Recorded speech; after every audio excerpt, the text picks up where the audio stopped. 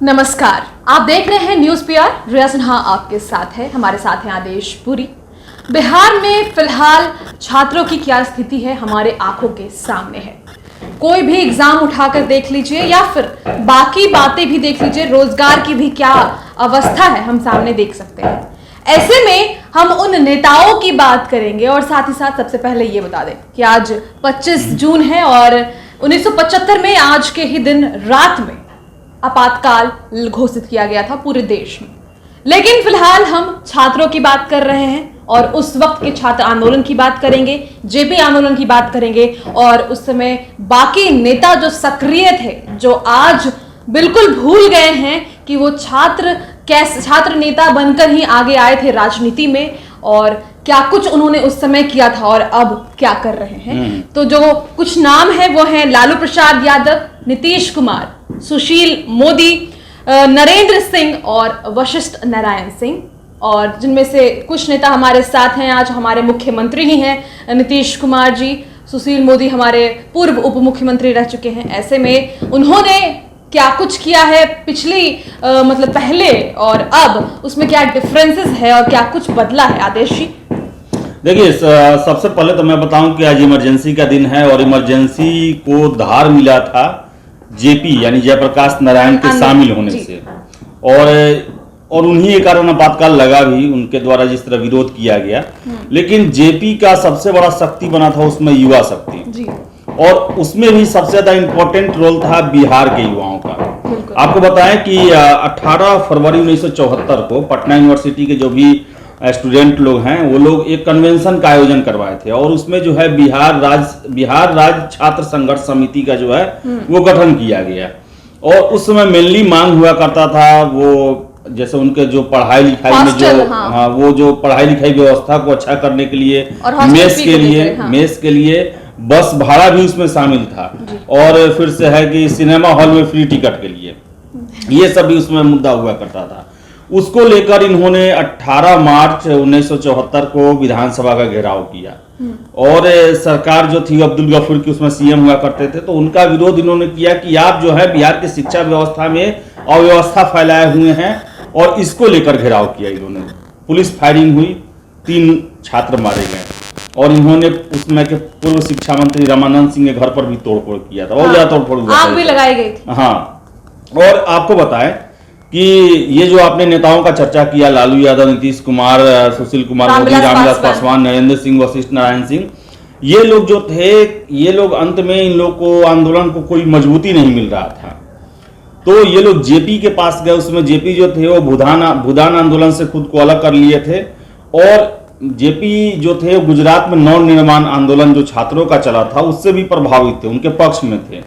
यही कारण था कि इन छात्रों की भी बात को मान लिए, कुछ शर्त रखें कि मेरे हिसाब से आपको चलना पड़ेगा, अहिंसा की नीति पर रहना पड़ेगा, ये तोड़फोड़ नहीं करना पड़ेगा, क्योंकि पहले ये लोग तोड़फोड़ किए थे।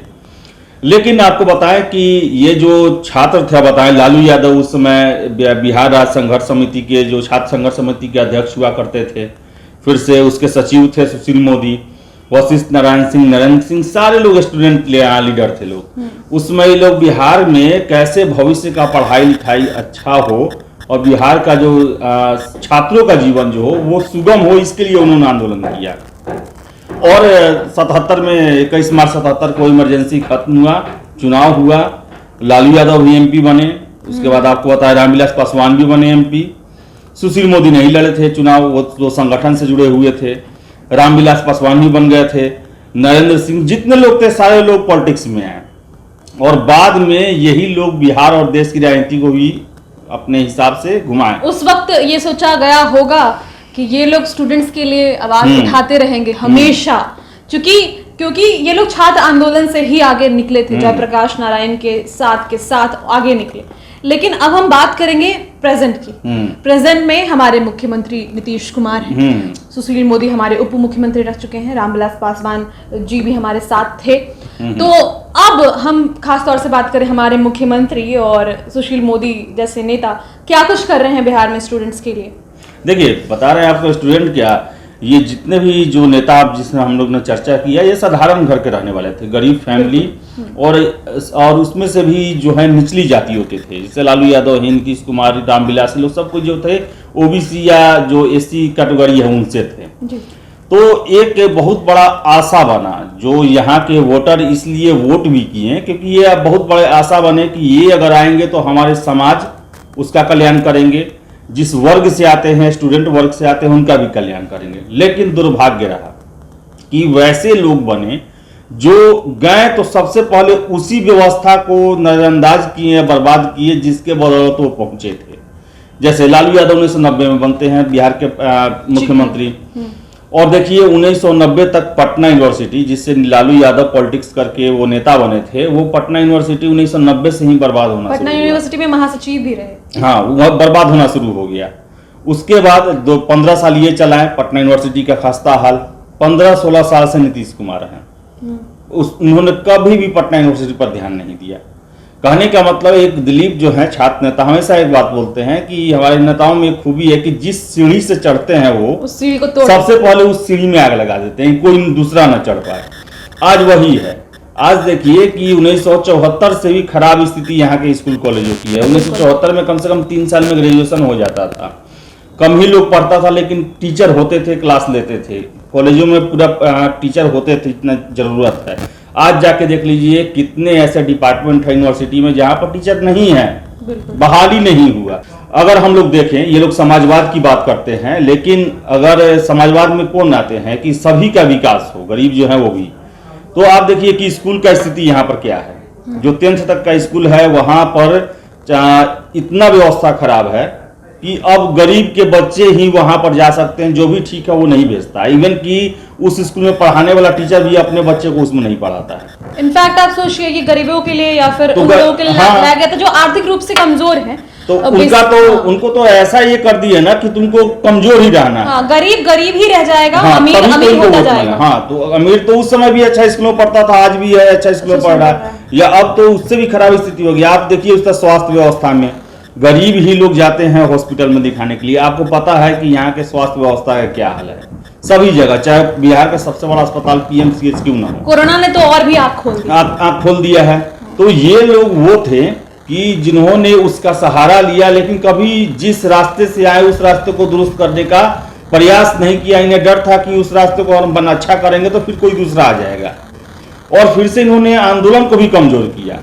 देखिए तो सारे छात्र आंदोलन में जो है अपने पॉलिटिकल पार्टी को जोड़ दिया, छात्र राजद, छात्र जदयू, छात्र ये, और यूनिवर्सिटी कॉलेज को एकदम चलने ही नहीं दिया कि फिर से बिहार में दूसरा आंदोलन खड़ा हो पाए।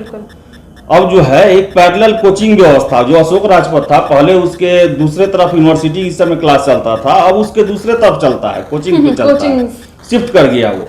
लेकिन उनमें सबसे बड़ी बात है कि वो कंपटीशन की तैयारी करते हैं और कोई दूसरा उनका बहुत ज्यादा ये नहीं था, संगठित नहीं रहते हैं। तो ये इन्होंने सबसे बड़ा काम किया कि उस संगठन को तोड़ दिया, संगठन ही नहीं बनने दिया कि इन लोगों को कभी वो चैलेंज करे। तो देख ले, जो भी देख ले हम, और सबसे बड़ा बात, ये समाजवाद की बात करते थे, और समाजवाद में का सबसे बड़ा कहा जाता है कि उसमें आप परिवारवाद को नहीं लाएंगे, लेकिन सारे में परिवारवाद को लाया। लालू यादव को देखिए, आज वो है कि उनका अपनी फैमिली को सेटलमेंट के लिए आज लड़ रहा है उनका घर। आज उसके बाद देखिए रामविलास को देखिए, उनका भी फैमिली अपना सेटलमेंट के लिए आपस में लड़ रहा है। फिर से देखिए कि सुशील मोदी तो नहीं रहे, सुशील मोदी तो अपना वो केंद्र में चले गए हैं, वो बीजेपी के थे, तो मतलब नहीं रहा। उसके बाद देखिए कि नरेंद्र सिंह जो थे वो भी अपने बेटों को सेटलमेंट के लिए लगे हुए हैं। तो देखा जाए तो ये सारे लोग जो आंदोलन के समय में जितना बढ़ चढ़ के भाग लिए थे, जो उनका उद्देश्य था, उसके एकदम विपरीत इन्होंने काम किया।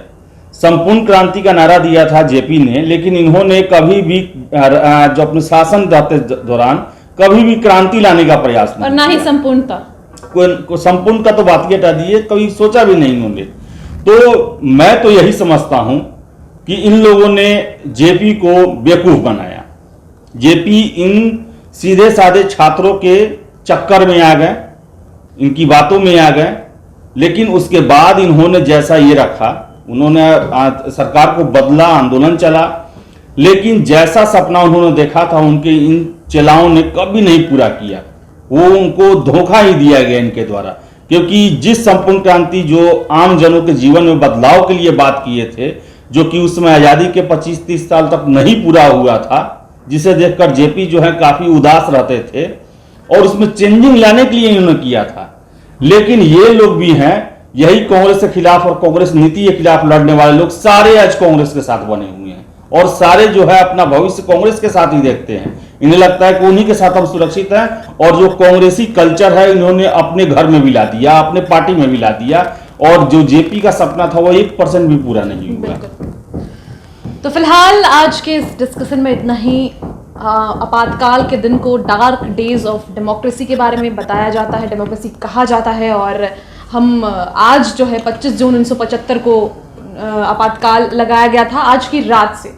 तो इसके कारण हम लोगों ने ये स्पेशल एपिसोड रखा ताकि आपको बता सके कि उस वक्त और भी क्या कुछ हुआ था, बिहार में किस तरीके से छात्र आंदोलन हुआ था और वहाँ से हमारे नेता निकले थे। मतलब उस वक्त तो वो छात्र ही थे लेकिन बाद में नेता बने, हमारे ऊपर उन लोगों का शासन रहा इन द सेंस कि वो हमारे बिहार के मिनिस्टर्स बने, चीफ मिनिस्टर बने।